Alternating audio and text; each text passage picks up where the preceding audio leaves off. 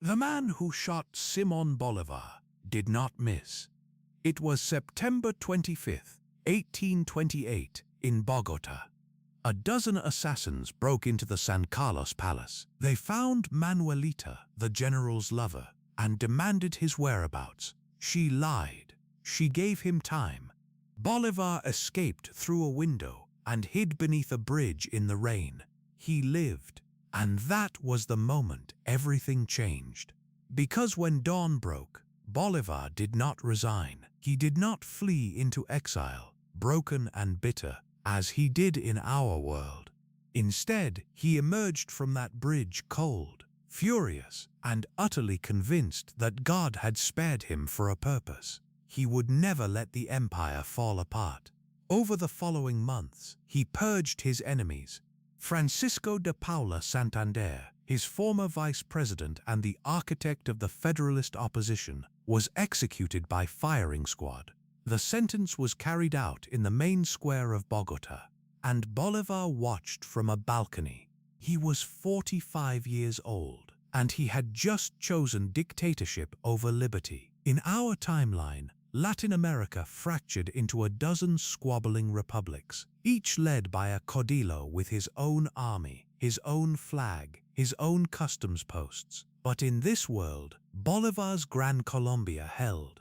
Venezuela, New Granada, Ecuador, Panama, all of it remained under a single government seated in Bogota. And the first consequence came quickly: the Panama Canal. In 1834, a British surveying party arrived on the Isthmus of Panama.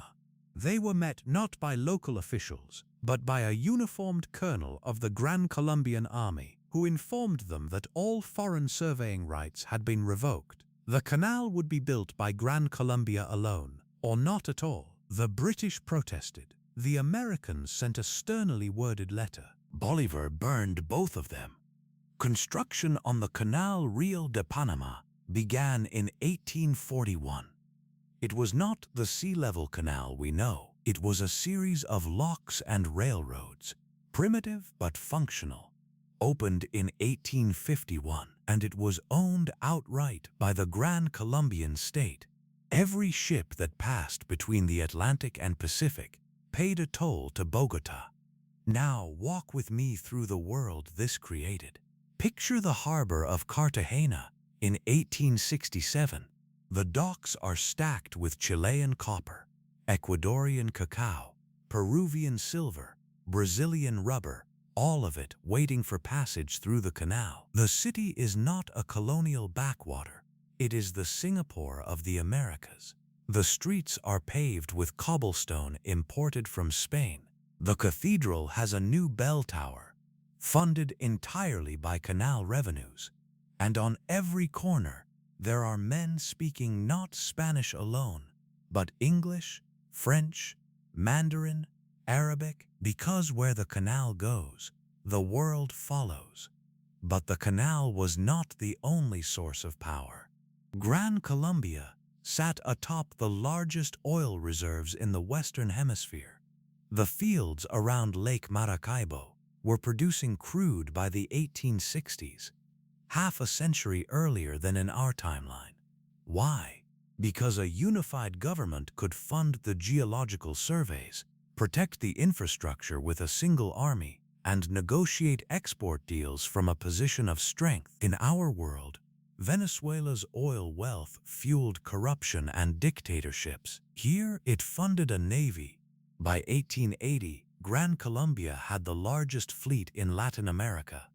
Battlecruisers built in British shipyards, crewed by officers trained at the Naval Academy in Maracaibo. The United States looked south and saw a rival that controlled the choke point of the hemisphere. The Monroe Doctrine had been a warning to European powers.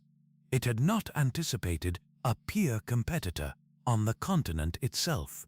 And yet, Gran Colombia was not a paradise. It was an empire, built by force and held together by coercion.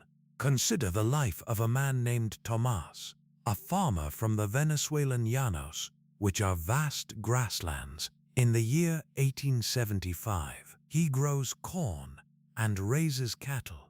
His grandfather fought for Bolivar's independence. His father fought in the suppression of an Ecuadorian revolt in 1849. And he himself has been conscripted 3 times, once to put down a slave rebellion on the coast, once to fight Brazilian raiders in the Amazon, once to march on Quito when the assembly tried to secede. He speaks the same language as his rulers, but he does not vote. He does not own a newspaper. He does not question the authority of Bogota, because the army is everywhere. And yet, here is the paradox. Tomás is richer than his counterpart in our timeline. The grain from his fields travels to the canal zone tax-free. The beef from his cattle supplies the naval garrisons. His son, a boy of 12, has just been accepted to a state-funded primary school in Barquisimeto. In our world, that school did not exist.